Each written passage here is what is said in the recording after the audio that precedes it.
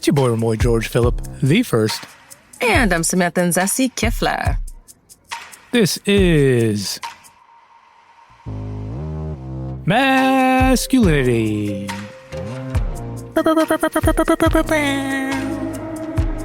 The show that investigates the performance of masculinity in the world today, and you know we spell it with a hard K. So, Remoy. Yes, Samantha? It's been a while since I led you through some treacherous masculinity waters, but the day has finally come. You know what? Let me just say this. It's about damn time. Like, even my genius needs a break. Oh, okay. Even my genius. LOL. Okay, but I mean, you know what? To be fair, on one hand, yes, self-care. You finally got there. On the other hand, you ain't no diva. Absolutely the funk nod. Like, self-care. My genius does not need self-care, but that's fine. Whatever. I know you don't know what the other one means because you're not on the internet like that, but you would. No, I absolutely have no clue what you're talking about, but it's fine. Okay. But anyway, so take the genius pause that you need. And in the meantime, let's get an idea of where you stand on today's topic. Let's do it. Have you ever done anything out of character to be picked or chosen? So I'm kind of talking about dating and romance, but it could be anything, really. Yeah, I was on Bumble. For sure I was picked and chosen on Bumble, no? I mean, is that out of character, though? Like, I guess is the out of character part that you're not on dating apps usually? You're like an in-person type of debonair dude? No.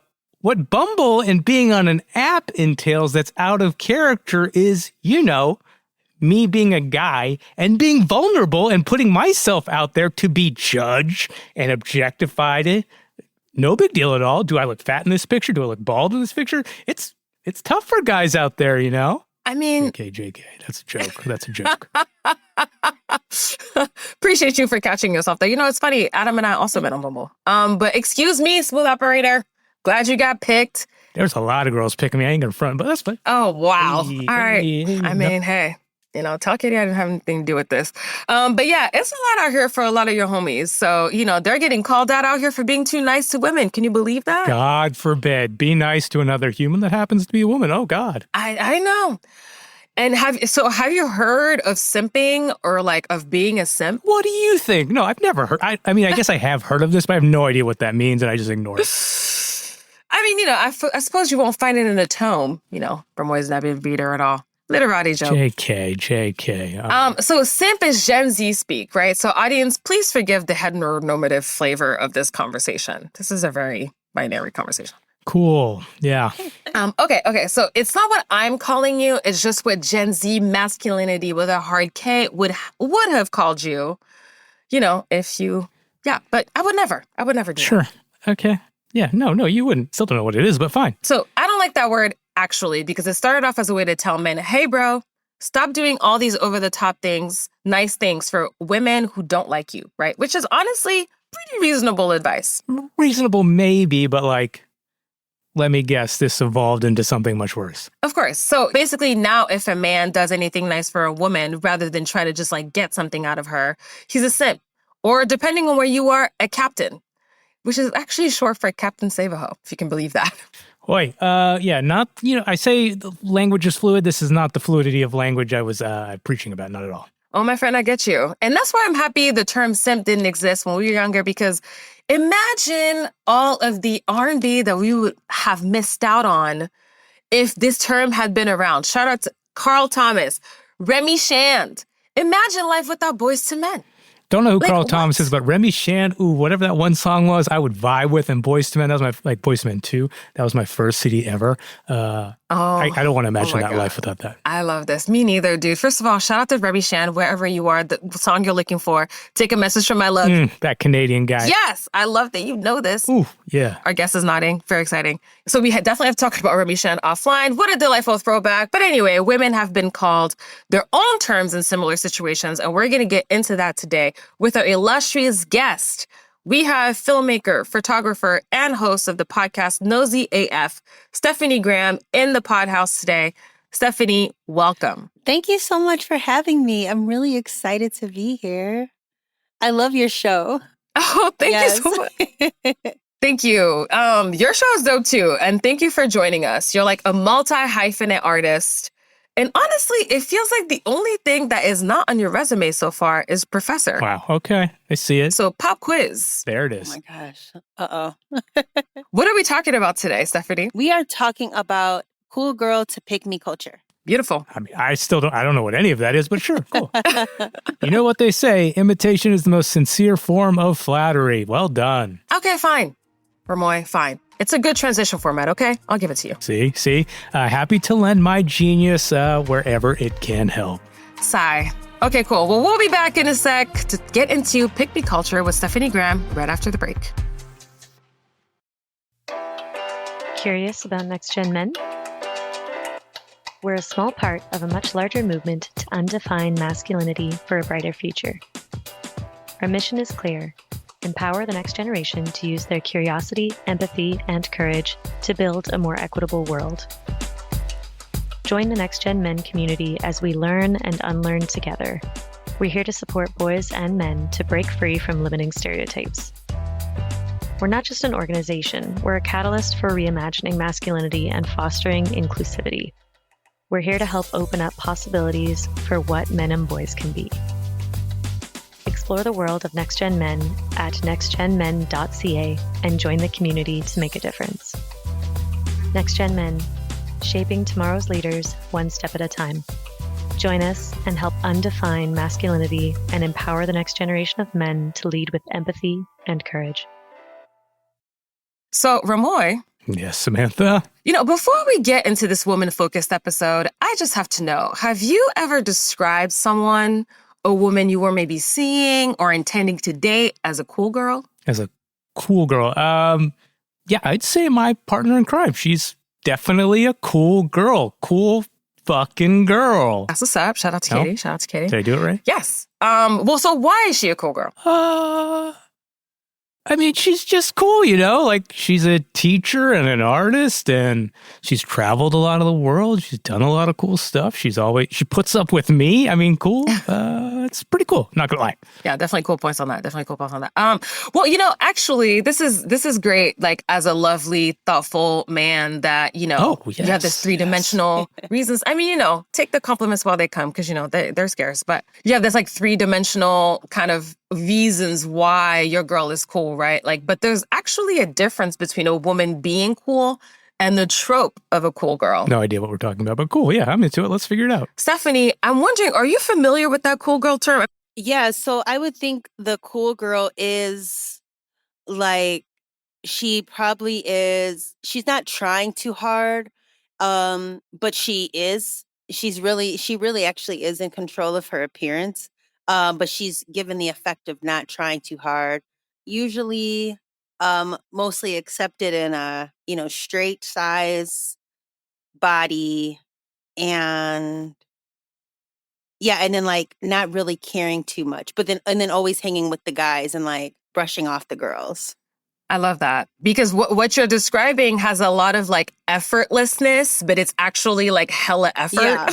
So I'm going to read you two an excerpt from the book Gone Girl, describing what a cool girl is. Y'all have seen that movie, I assume? Yes. Yeah, shit was wild. All right, so FYI, it'll be a little R-rated, if you will, but it's informative.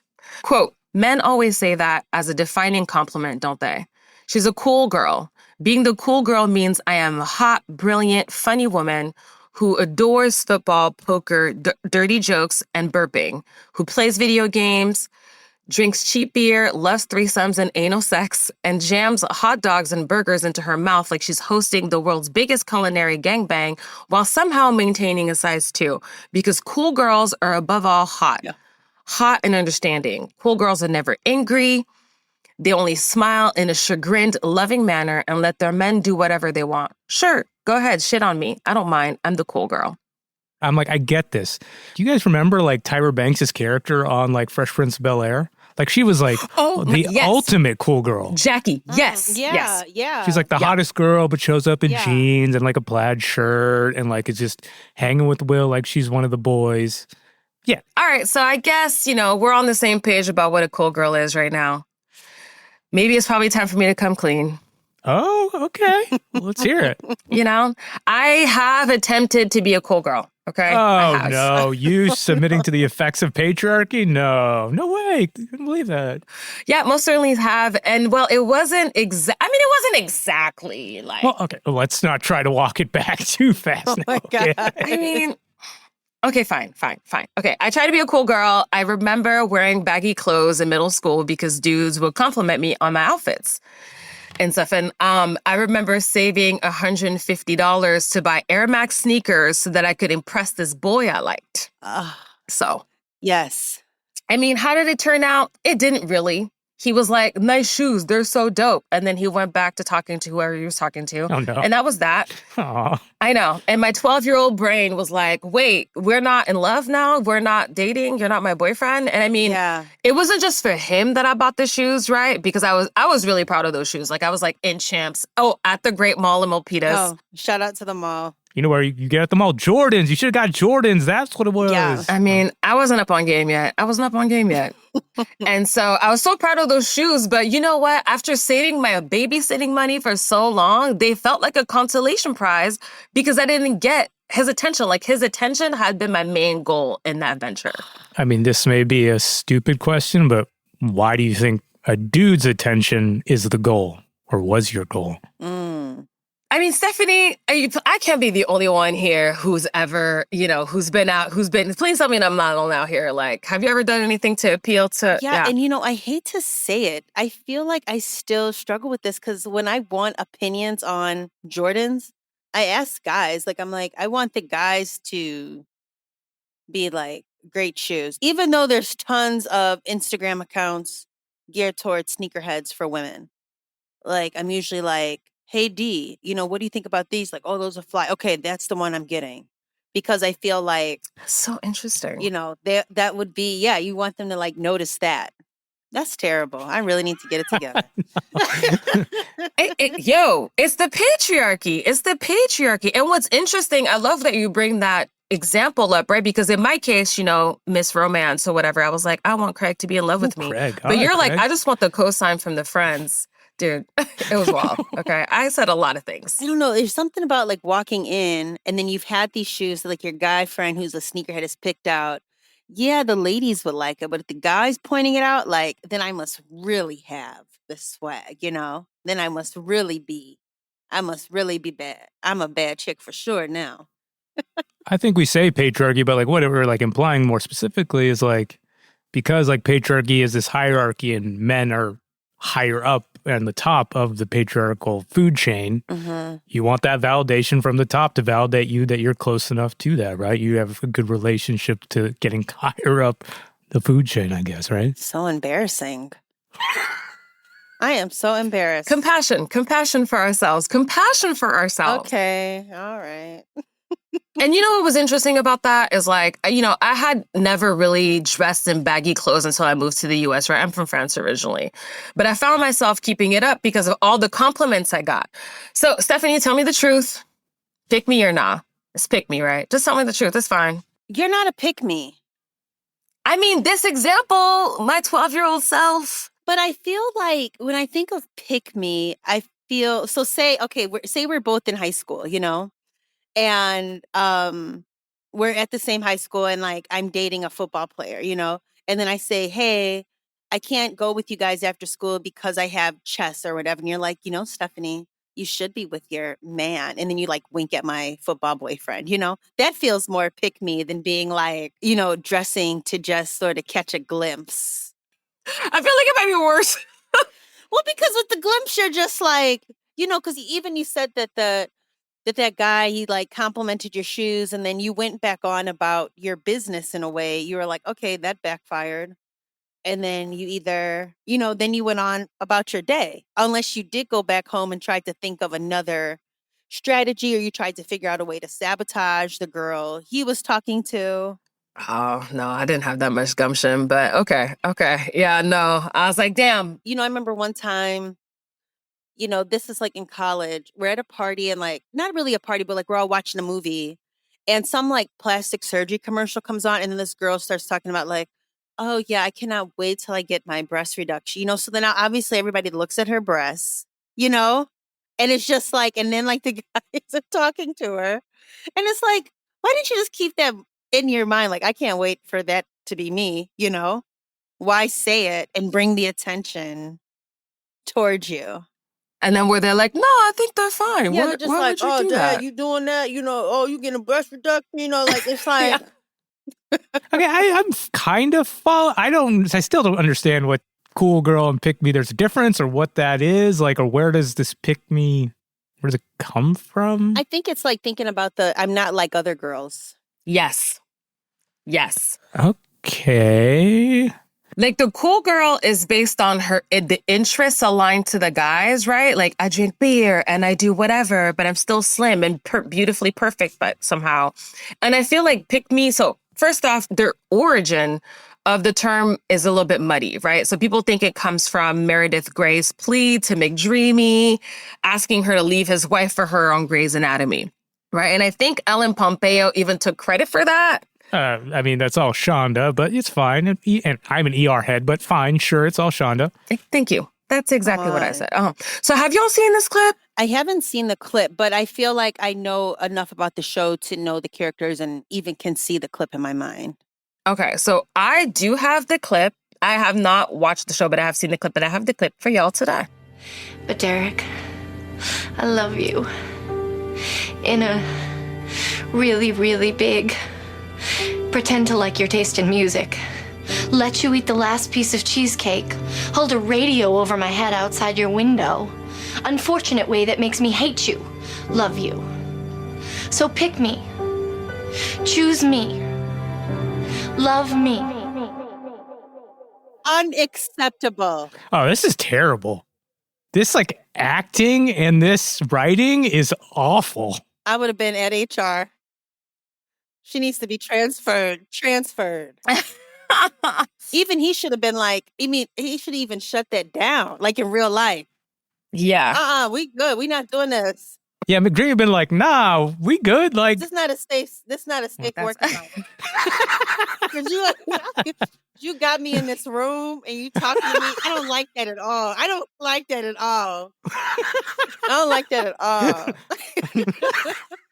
All right, so y'all see the clip. You know, I'm like, I don't really feel like this really, I mean, Remoy, I know you don't really get we're about to explain the pick me thing, but this isn't really the pick me essence. I can see from that video, like, what pick me could look like, but still it's like a little fuzzy. Right. So, okay. So some people were like, it's from Black Twitter. Some folks were like, it's from the 90s. You know, there's a lot of overlap with the cool girl trope. Yeah, but like, do we have like modern examples of what you exactly mean? Yeah, so I have some examples of pick me statements made by different women on social media. So this one user, for example, tweeted as a response to a trans woman hanging out without a bra, quote, real women cover their breasts, another indication that we are not the same, unquote. Basically, this is like a tweet of like this woman with like her boobs out. Any idea how that may be pick me culture? Okay. It's like real women cover their breasts, that little piece especially. Like, yes, it's that whole, she's saying like other women need to be demure to be picked or something like that. Yes. And I feel like, so there's obviously like a lot of transphobia in this because she's talking about this trans woman, right? But I feel like cis women talk about real women versus not real women all the time with regard to femininity, with regard to, you know, like Always. Cis women are not immune from transphobia either, which is interesting. So here is another one, which is responding to a picture of the Creuset cookware. So the bougie cookware. Don't know what that is, but fine. Oh, you don't? You don't? Oh my gosh. What? But you're such a good cook. Anyway, did you have some on your registry? Or if you don't have some already, did you have some on your wedding registry? I know you did. I know. I did, but my friend got me the other one. Yeah. It's lit though. It's lit. I can't afford whatever this is, but fine, whatever. They're $600. I got the other version. Anyway, you better go to the outlet. No, I'm going to the dollar store around the corner and getting like a $5 pen. We have an outlet here. If you tell me your color, Stop. I go to the outlet. Don't play with me. Do not play with I me. go to the outlet. Ooh, that's a friend right there. Wow. What? Yeah. Let me know what you're collecting and I'll go see if they got Oh my God, steaks galore. Remoy's vegan, so not for him. But Okay, back to this tweet. What is this tweet? okay, so Le Creuset cookware, it's like this fly, like cherry red thing. And she says, most girls want designer bags and shoes. I want designer cookware. We are not the same. Emoji, emoji, emoji. So thoughts? That's exactly the same. We are exactly the same. Because designer cookware and designer bags are the same? Because we want designer shit. Exactly. That's right. We want designer shit. You know what? I feel like it's in that tone. It's in that tone of saying we are not the same. Just that line and like that tone of it is, Yes. you know, making it different. Like, oh, you got your, you know, shoes at this discount place. I actually went to Converse. You got yours at DSW. We are not the same. Yeah, and I mean, it's like this stands out because it's like you think so. So where I got that is like I got from that is like okay, so you're because you want cookware and I want Louboutins or like Jimmy Choo's, you're a better woman than me because you're trying to cook and provide a good home, basically, right? Yes, 100%. Yes. Like, right. Okay, so this person who's tweeted this is saying, like, I'm going to be a stay-at-home housewife instead of having the shoes and the purses and to go out and party and have fun for myself. Yeah, you need Jimmy Choo like for the office. I'm at home. Right. Okay. Right.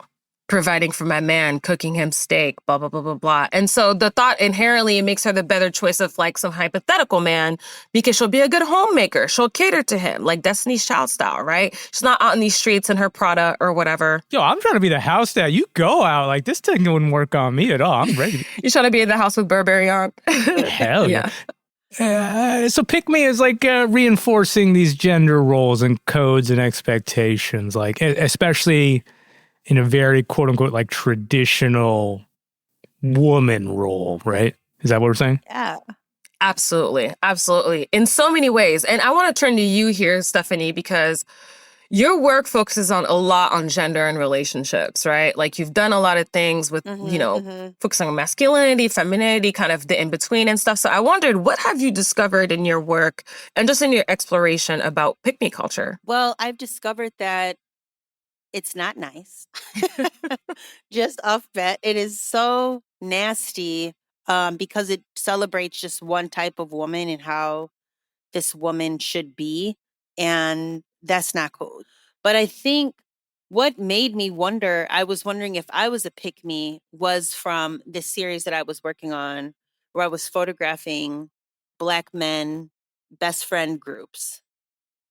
So when I was doing this work, you know, I was photographing these guys and then all this pick me stuff came around. And because I was celebrating, you know, these Black men relationships, I'm like, oh my gosh, are people going to look at me as a pick me? Because people would ask me, oh, maybe when you have this session, maybe you should have couples or best girlfriends. And I was like, well, no, I just want it to be the men because I feel like you don't really see like best friend men like showing love to each other, having it documented in this way. So I really just want to focus it on that.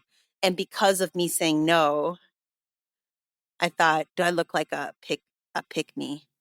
Ooh, that's a tough beat to like infer upon yourself. And I think that's more unfortunate of a larger system. Exactly. But I can't imagine that's easy to like Yeah. the meta response. That's tough. How did you respond? No, I'm not. This is just what I'm focused on because this is like what's been personal to me and my own observation. Because I have seen in this pick me culture, like cool girl culture, is if I'm say dating someone, I have like friends, the guys that I would know, they would have like the one best friend through their whole life versus me, I would have these groups of friends. I would have the Le Creuset friends.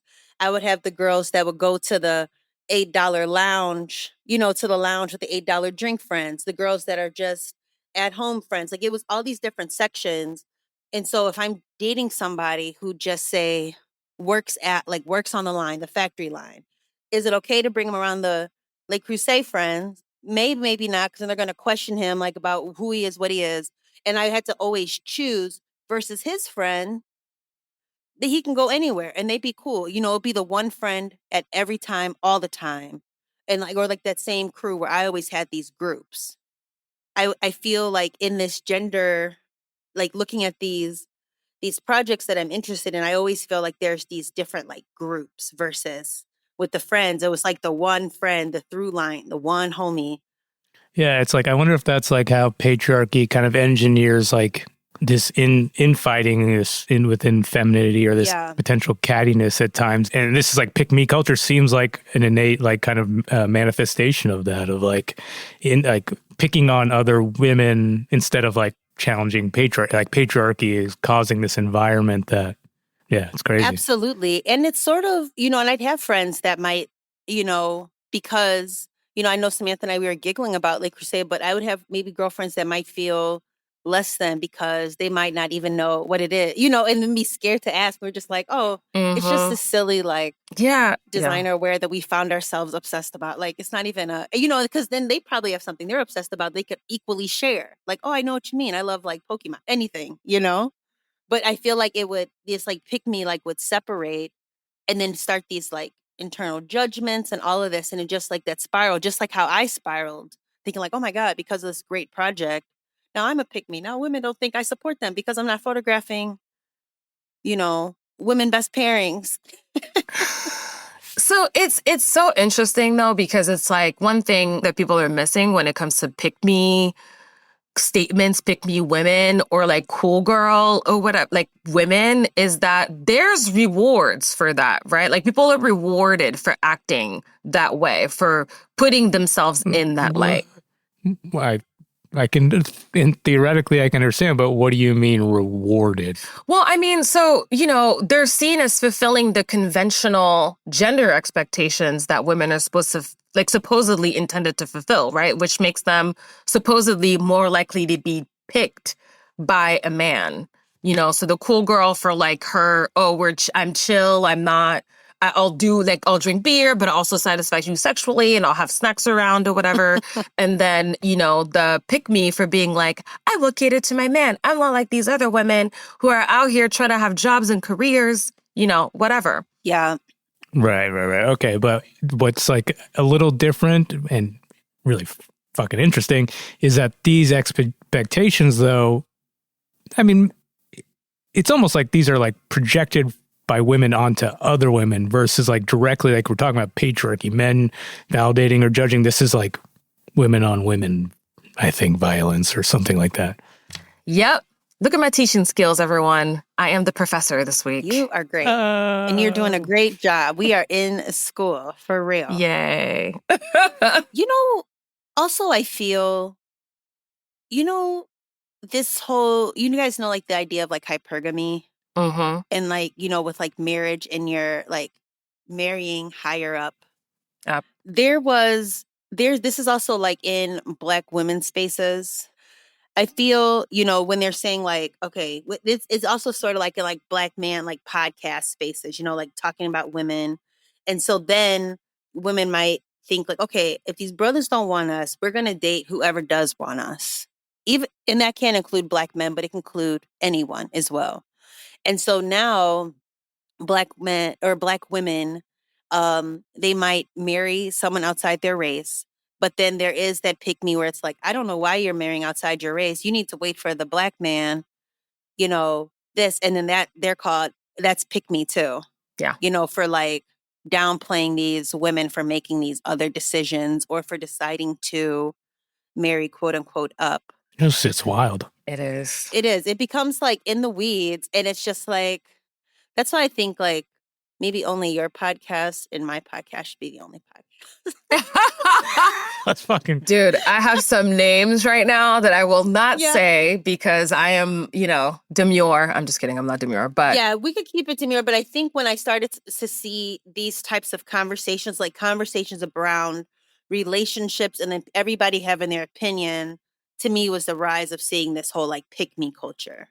I mean, these traditions have marginalized women so much. And in most cases, like these conventional traditions that pick me supposedly are kind of like adhering to, right, have marginalized women and have, in a lot of parts, like completely ignores our rights as humans, right? Like, yeah, totally. Absolutely. I kind of get how some of the male-centered, quote-unquote, pick-me statements feel threatening in a way to like feminists or to like folks who champion equity and women's rights. It's like women themselves calling for regression in a way by like adhering to these traditional conventions. Like, yeah.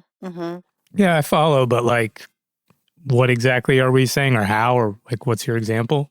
Well, I mean, I guess I have to go back in the tweets. Remind me. My brain doesn't work. It's old. Help me. Okay, well, so there was that refrain of like, okay, we're not the same, right? Like, I am better, which really means I am better than you. That's what they're saying. I am better than you.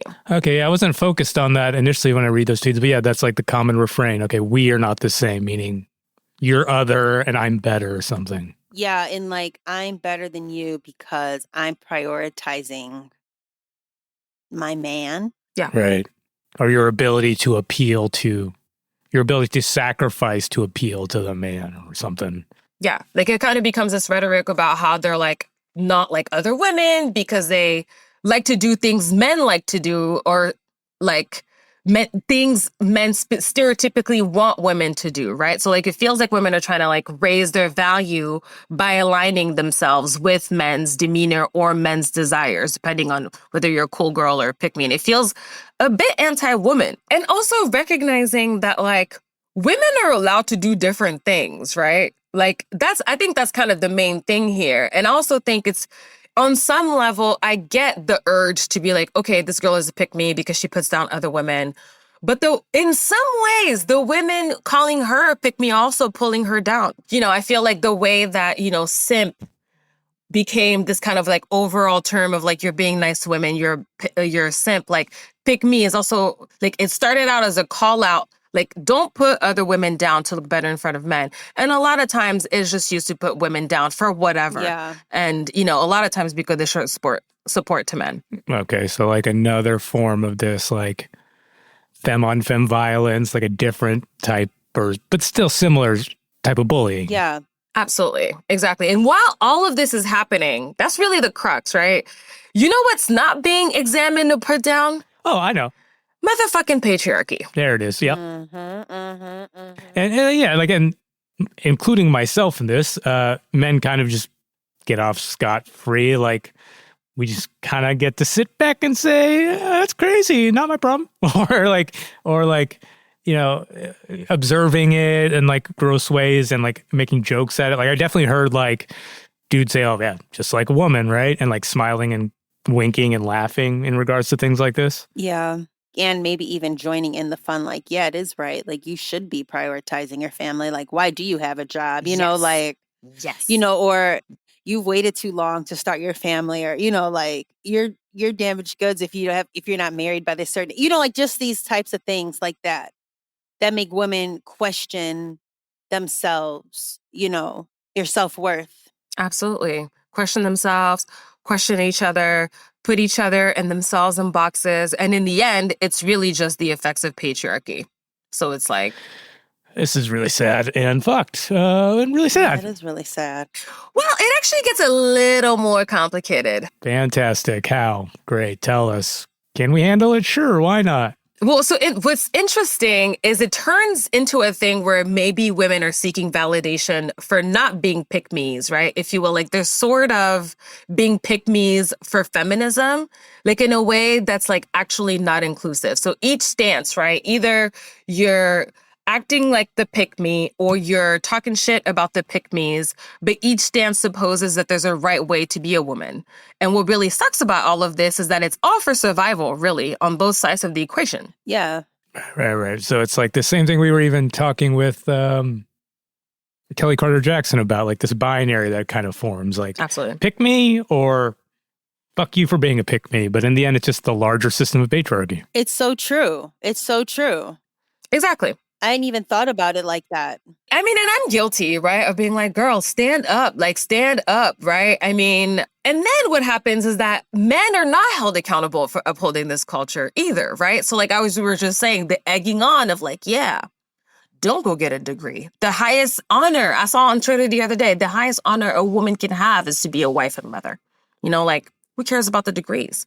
or whatever, right? So like women are busy putting each other down, yep, and perpetuating gender expectations in different ways, but there's still expectations of gender, to be honest. And then patriarchy just gets to operate in the background like a silent virus, just impacting relationships and unity between women. This is why I don't entertain Zuckerberg or Musk is like evil platforms, because this just sounds awful and gross. But Yeah, you're right. You know why? Because those like these things can like happen like within the Facebook groups, There's Facebook groups for like all of these things, for like every little detail of these things. And then these conversations happen. Because I know like just in my own research, I love Facebook groups because you can see like everyday folks having these conversations, and I just like to see like what folks are talking about. I mean, but it's obviously happening in real life too, or like off the virtuals and in the IRLs. But the internet makes it more available. Yeah. And amplifies it. Yeah, amplifies it. Right? It makes it like a little bit worse than maybe it is in real life by making everything super black and white, where like, even if we talk in binaries in real life, it's very clear that our actions are a lot more gray than that. The thing for me that is like, I'm harping on this a little bit. It's just like, there's a right way to be a woman and all this stuff. And it's just like, dude, we just got our like reproductive rights, like mess with, like you can't get like reproductive justice in so many different states and stuff. Like this isn't the fucking time to talk about who is getting designer shoes or designer fucking cast iron like skillets. Like, yeah, for real. And and this is the thing that I keep saying is like, in terms of patriarchy, men have the biggest job here, right? So like, I'm not saying that, men should go around and like talk to women about like how to interact with other women, because I feel like men say enough about the way that women should behave and probably should stop. But I do think that there's a way that men... I can't wait to mansplain don't be a pick-me culture. I can't wait to do that next. Anyway, I'm sorry. Go ahead. But I feel like, there is such a way that you can call out patriarchy. Like if it's something that's patriarchal, I feel like if it's patriarchal, it's men's job. Like people can help. People like other genders can like step in, support as we have, like people are involved. They're trying to dismantle, undefine. But if it's about dismantling patriarchy, it is in the bucket of dudes to make that happen in some way, shape, or form. I mean, I guess since we are having this conversation and Remoy, you are of the dude flavor. Do you agree with that? Yeah. The lion's share of the work, I think, falls on our backs. And like, it's a challenging affect in this, or challenging situation in the sense because this is like the culture that patriarchy's created. And like, how do we interject in the space that we're trying not to influence even more?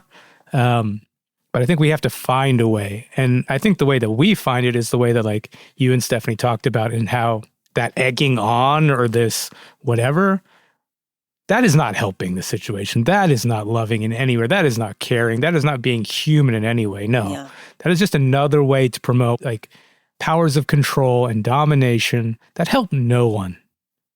And like, in theory, a lot of us men have been, especially in like individuals of color spaces, have been dominated by another culture and have been affected and victimized by another culture.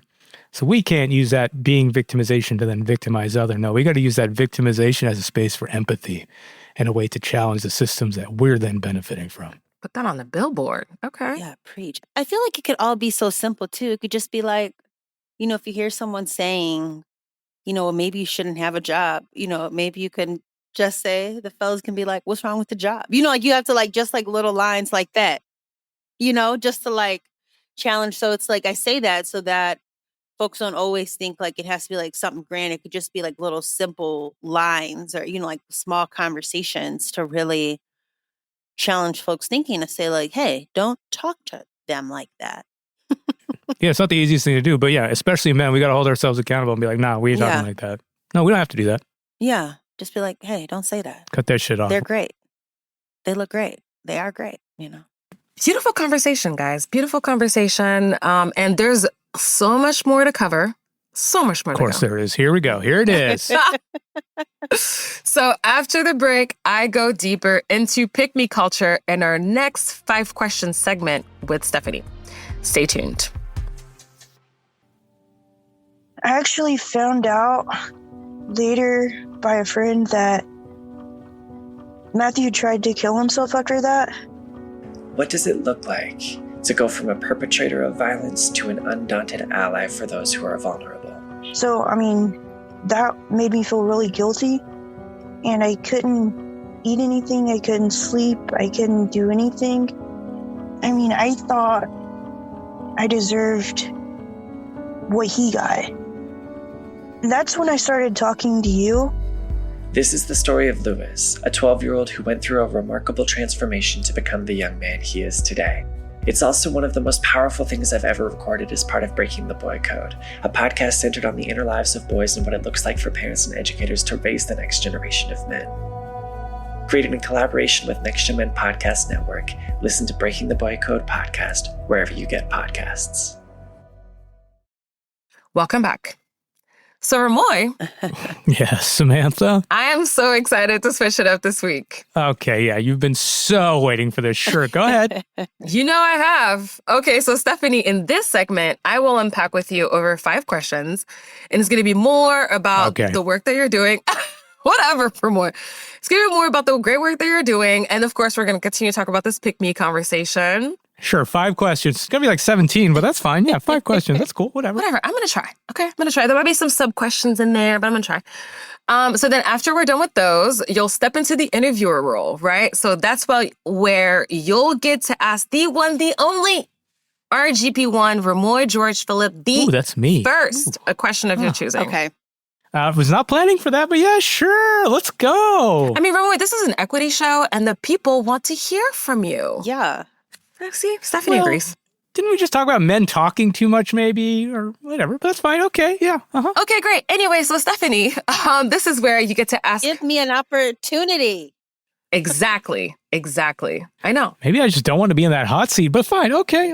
The seat is hot. The seat is hot this week. This is a perfect episode for this. Pressure is hot. So you can ask Remoy any question you like. So I usually get the questions, but we're switching it up this week, and it's awesome. Okay. Yeah, so in the past, Samantha's been asked questions that span the gamut, like, why did she want to create this show? Or for like a sports episode we did, she got a question like, what does Serena Williams means to her? So, feel free to lob me all the sports questions. I'm not mad at that. Or I guess any question you want.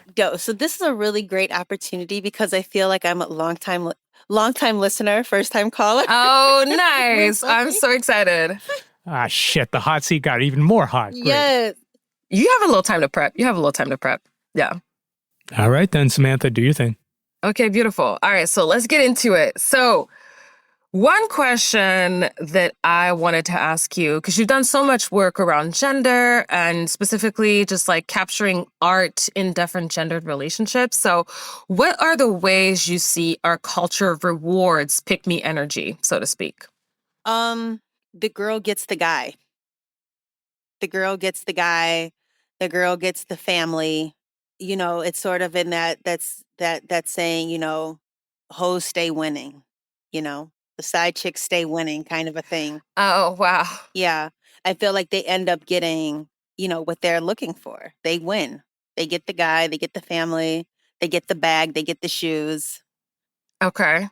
And this is because the narrative behind that is that they're putting themselves above the rest, right? By like being able to like be this, dream girl or like this sort of woman who is able to align herself with whatever. Yeah. Yeah, because they're always available. Where you might have, like our jobs, our podcasts, our practices, work, friends, partners. They just have time for him. Yo. And they're individually focused. What a life. So they will be at the games and they can be flown out, because they're not like, oh, I'm supposed to actually go have lunch with a girlfriend. Like they'll cancel the lunch and get on the flight. It's an interesting thing that you're, posted that because, yeah, it is this thing where like inherent in the pick-me or even the cool girl narrative is that there's a very specific prize that you're supposed to get, right? You're supposed to get some sort of house, some sort of husband, some sort of family, and we're all as women aspiring to that. And so like, how are you going to position yourself compared to other women to be able to get that, right? And then it's sort of it backfires because you know how long you can only keep that up for so long. And then when you decide you want to do something else, you know, and I keep going back to relationships because I think I see a lot of this pick me culture in like, you know, women, cis men, gendered relationships. But it's like when you decide you might want to have a family or you might want to try, you know, like a side business, something like that. They're like, well, hey, the plan was you're supposed to be about me. So the number one cause of divorce for women in the US is an unequal division of labor, right? So, you know, my next question to you is, and we haven't talked about this on the show before, but it feels like it feeds right into this like pick me kind of like, well, maybe not the cool girl, but definitely the pick me trend is the trad wife trend, right? Like it feels like it's very into pick me. So are you familiar with this trend? I am. Yeah. I follow it. What do you think? You know, it's interesting. I think I might sort of like it for those that are trad wives, and I can learn a lot, you know, from them because I feel like I turn to homemakers a lot and like at home moms a lot when I'm trying to figure out ways to do domestic things. I'm like, they know how to do it. They've been doing it for years. They got the rules. Yeah. I wonder how true that all that trad wife stuff is. You know, I'm like, they're just making films. I feel like all that stuff, y'all just making films. Because, you know, I saw a lady who was a food influencer and she showed us her kitchen and she has like a whole like kitchen setup to make her films. You know, so I'm like, I wonder if we were to pan the other side, what we would see of her house. Because I feel like while it's cool to get these tips, like recipes and stuff that I personally am like interested in, you know, domestic life. I just don't know really how realistic it is. And I think it'd be ridiculous for somebody to really try to compare themselves to these. Yeah. They're filmmakers, they're influencers, like, but it's like more of this veneer, right? That kind of folds under patriarchy as like the performance of gender, where it's like when you like are in real life, that's not actually what it is. So Yeah, it is. yeah. It's fascinating. Maybe it's a slight pivot, but I know that, you know, one of your, you know, you're a filmmaker, you've got so many different like beautiful art projects that you've done exploring these different things. I'm particularly curious about this film, New Global Matriarchy. Oh, hashtag new global matriarchy. Things like goddesses come on the earth, they interact with this wild like life that we're living in, you know, and it feels kind of aligned with today's topic or maybe very aligned with today's topic. So can you tell us a little bit about that? Yeah, so that's a project that me and my collaborator, Maya Makrandalal, do together. And we basically were looking at, she had this project where she still has this project where she, you know, acts like the Hindu goddess Lakshmi and does these different like interactions around, you know, deading the patriarchy. And so then in our collaboration, we would look at what if women best friends were equal, you know, because I feel like if you would look at some of the famous women friendship couples, one might just be a little bit bigger than the other. So, like, just for example, Oprah and Gail, like, obviously, like, Oprah would be the huge star. And then Gail is also a star in her own right, but through Oprah in a way. And sorry, Oprah and Gail, if you hear this and you're like, that's not how it went. But, you know, like, that's how it's perceived. I perceived it. We perceived it. And so we were thinking, well, what if, you know, Lakshmi had a best friend and her best friend is Oya? You know, these are two goddesses that can really like do real damage. Like no one is more important than the other. Like they are both, you know, big time. Like Oya thinks like the goddess of water, Lakshmi of like riches and gold. You know, it's like these two together is like, you know, can really like shut the world down. And how would they interact as friends and like what could they do together? And so we did these different installations, activations, we would call it, where we would have like performances and bring in poetry readings and you know, we would have like performances where we both performed as these goddesses in an event to bring friendship as equals. Like there is no like, you know, because in media, there always has to be like one bigger than the other, like even like Destiny's Child, like, well, there's Beyonce, but it's like, well, Kelly and Michelle, they've all done like great things too, like huge things too. But everybody's like, oh, well, it's always Beyonce. It's Beyonce. And, but it's like, well, with these goddesses, they're all just as powerful as the last. Yeah. It's kind of interesting because in a way, I mean, maybe I'm drawing a connection that doesn't exist, but I do think that in a way, like this like plot line, right, challenges this like pick me conversation that we're having in general, right? Of like, there are two ways to be a woman. You're either a pick me or you're a feminist, and then all of that, and then everything else is like sort of like there's no kind of like multiplicity. And I love this story because it sounds like, it's not about like I'm doing this versus you doing that. It's like us coming together to like make some shit happen, right? It's like really speaks to the unity of like different folks having different skills and different outlooks coming together and taking out patriarchy, which is what I wish would happen in the real world. Yes. So I'm really excited to look into that. And yeah, I kind of wanted to, it's so interesting that, you brought up the photo series earlier in the show, because I actually wanted to ask you about it, just in more detail, like how that came about. It's called Love You, Bro, right? So it's photo series exploring relationships between Black men. So friendships between Black men. Can you just tell us about how the project came about? Things are always talked about so violently with men, about like, in Chicago, like gun shootings or somebody's being arrested or whatever. And it's like, well, what about just the boys that are just hanging out and they just love hanging out with each other and they're just celebrating one another and what another has going on? The guy friends in my life, the guys that I dated, their friends, there was this closeness with them all the time. And they would celebrate everything with each other, baby showers, graduations, like they would come to kick it at girls' houses, it'd always be like the one friend no matter what. And I'm just like, wow, they like really know about each other in a super, super intimate way. And I just found that to be really, really special. And then also thinking about when people, if guys are like taking a picture hugging, folks are like, well, dang, what they on? And it's like, it's a picture of them hugging, as if like to imply that, they might have like a romantic relationship, when it's like, no, it's like a picture of them celebrating, And so I just wanted to have more of that. And so that's where it came from, and so when I photograph these guys, I photograph them together, then I might get like a story of them, how they met, what they've been through together. And it's just a sweet project, just like to have something sweet. Like, do you look at these pictures? Like, they're so happy.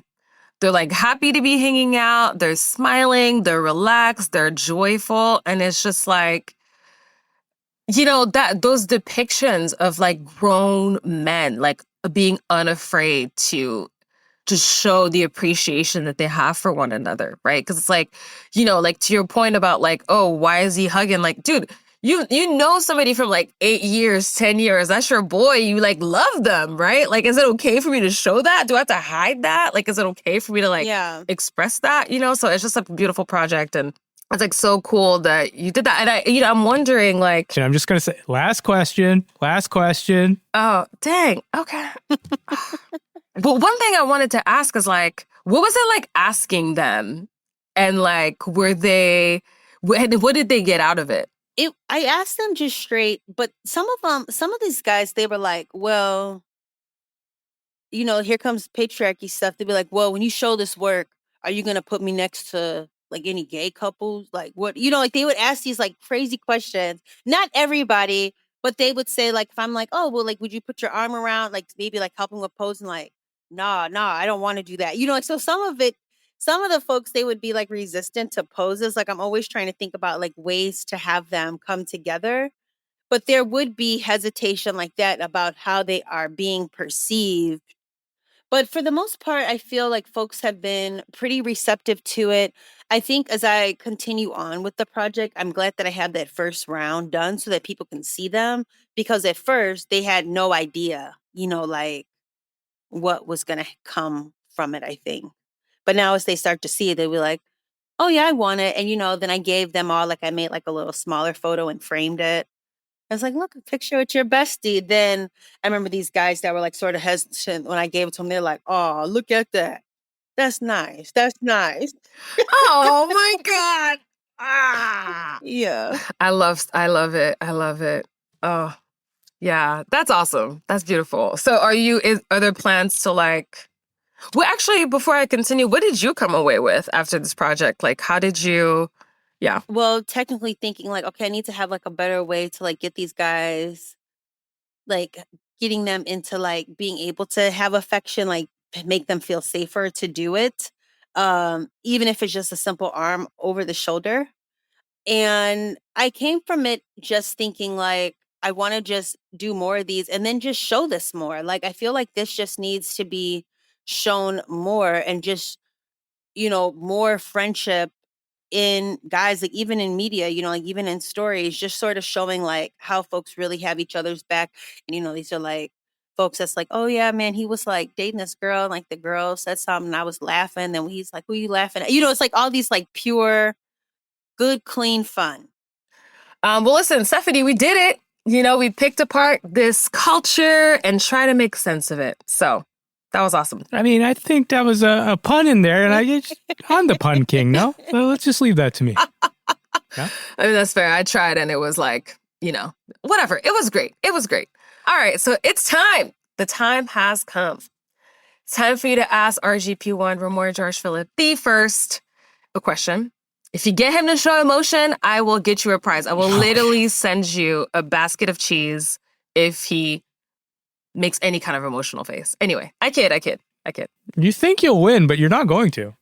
Okay, so I was thinking, there's so many fellas that just do not think about patriarchy at all. And I'm curious how you thought of it. Like, what was the moment for you where you were like, you know what? I need to think of this more and then double down on it to even where you now have a podcast about it with Samantha. Like, what was the turning point? There's something to the fact that I grew up with a single mom, and like the fact that whether it was just only seeing her or with my grandma who I grew up with, like be the leaders in the home and do all these things that are, we've codified as leadership or being the breadwinner or supporting all these things, like that modeling does something. But there's also something to then also understand that like there wasn't a male model in the house. So I naturally just always saw women and had sensitivities. It allowed me to be more sensitive to their experiences. What's specific to my experience is that like, even though I had all those sensitivities and my mother went through a really abusive relationship with my father, in my late 20s, I turned into like a kind of a shitty guy, into like a scumbag, into a little bit of a fuckboy, into a little bit of a jerk towards women, especially like romantic, intimate partners. I was just such a jerk. Luckily, people called me out on it and I was able to catch myself. And I was like, yo, this is wild that I could practice this kind of hypocrisy and or like could come from one kind of very sensitive space and then be transformed into the space who's being so insensitive, relatively an asshole. Why did that happen? How did that happen? And then, it just happened to be around a time where Samantha asked me to like entertain this idea, and then the culture in our greater world was changing, and it allowed me to be, this space allowed it to be the curious space to understand, wait, why did that happen? And how did I become this person? And everything in between. I feel like that's so great because there's so many folks that don't get that have the similar upbringings that don't. I feel like you need to create a series of billboards. Yeah, you do. Some type of flashcard that I can like leave at the gas station. I mean, seriously. Yeah.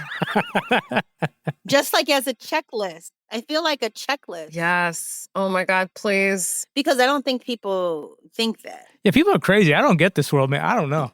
I mean, I'm very grateful that you had that turning point for what it's worth, because it shows that it's possible. Absolutely, it does. Yeah, it shows that it's possible. Stephanie, thank you. This was great. Thank you. Thank you guys so much. This was really a lot of fun. So let the people know where they can find you and what's next for you. Thank you so much. Yeah, I'm going to be taking some more of these guy photos. I'm going to be doing a session in Chicago soon. And then I do want to go different places and keep doing it because it's like there's more like Black best friend pairings outside of Chicago, I know. So, I want to move around with it, but I'm just, I have my website, missgraham.com, and then you can always find me on Instagram at Stephanie Graham, my full name. All right, guys. So Remoy has been in Texas for a little bit now, and we continue to wish him well. Shout out to you, Remoy. And honestly, I'm happy that he might have learned something this episode. I think it's safe to say he learned something. So glad for that. Hope you did too. We're back on our regular schedule of masculinity episodes, dropping every other Thursday, as you know, and it's very exciting. And guess what else is exciting? Okay. Beneath the Mask. That's right. It's coming back. We'll be back on Instagram Live on October 22nd with the illustrious, the amazing Dr. Kelly Carter Jackson to recap her episode When Women Refuse. Now, in case you forgot, Beneath the Mask is your direct line to our guests. You can DM us whatever questions, comments you have, whatever, food for thought, rants, rambles. DM them to @MasculinityPod on any of your social media platforms. The questions can be about the episode. They can be about the topic in general. Just hit us up. We'll be sure to share it with them on the show. So for a refresher, head over to masculinitypod.com/beneath the mask. That's where you'll find old episodes of BTM, and you can send your questions as well. Now, Kelly has a lot to say about all things Black liberation. First off, listen to When Women Refuse, because it's a great episode. We actually want to say a special thank you to one of our listeners who sent us such a nice review about the episode. Thank you so much for listening, David. Thank you so much for showing us love. We really appreciate you being invested in this conversation. And we appreciate everybody being invested in this conversation. And if you want to show us some love too, drop us some stars, send us a little note, whatever you want to do. Make sure that you hit up wherever you get your podcast, wherever you listen to your podcast, and just hit that 5 stars. Just go ahead and slide the little knob over until it hits the 5 stars. No, but really, we read every comment, and it really makes a difference for getting this conversation into more ears. So, at some point, we are going to have to talk about this election that's coming up, and honestly, it may be the most important election of our lifetime. So, if you're subscribed to our newsletter already, you know that you'll be getting a note on our times. But if you're not, be sure to head over to masculinitypod.com and get yourself added to the list. We appreciate you and your interest in unmasking masculinity. It's so important that this conversation reaches more and more people, and we're so glad that you're already in it to win it. We appreciate you for that. So, from my co-host who is in Texas and myself, I'm Samantha Nzesi Kifla, and as always, thank you so much for listening. Ciao. It's a leaflet. I love a leaflet. Yeah, I know, a leaflet. Then we could just go walk house to house and stick it in the door. Toss it like a newspaper. We heard there was a dude living here. Oh my God, that would be amazing.